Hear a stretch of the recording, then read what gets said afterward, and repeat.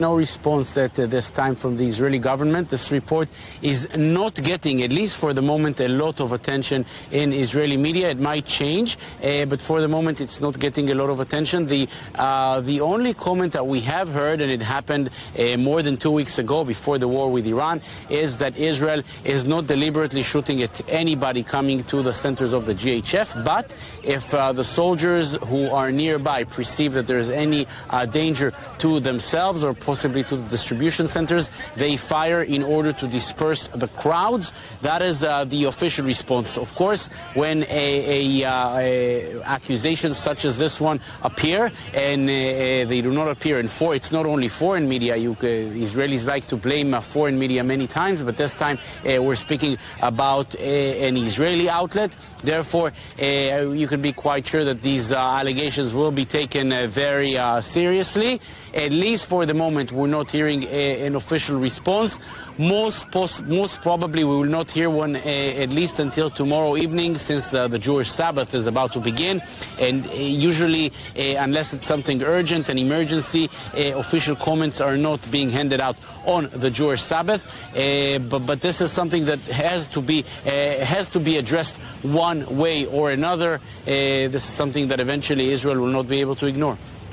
Jonathan, we are hearing reports of more talks towards a ceasefire with Gaza. Also, this vision for what's being called a new Middle East. What do you know?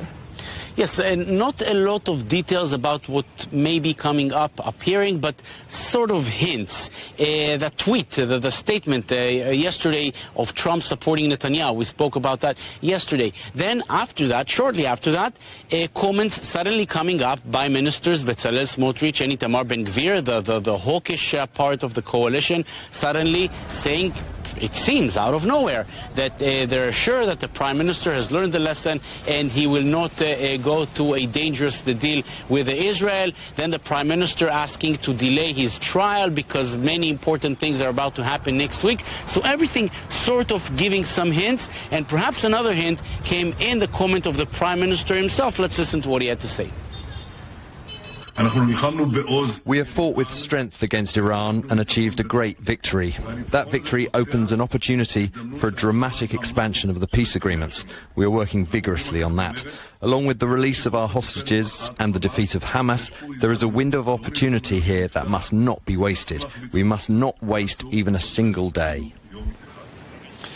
A window of opportunity that cannot be wasted. We cannot waste another day. We have to bring out the hostages. What does that mean? Of course, that's open for interpretation. Everything indicating that something is happening, but Israelis have learned to be quite skeptical until nothing is really happening on the ground. I'm not sure people here will believe that something is really happening.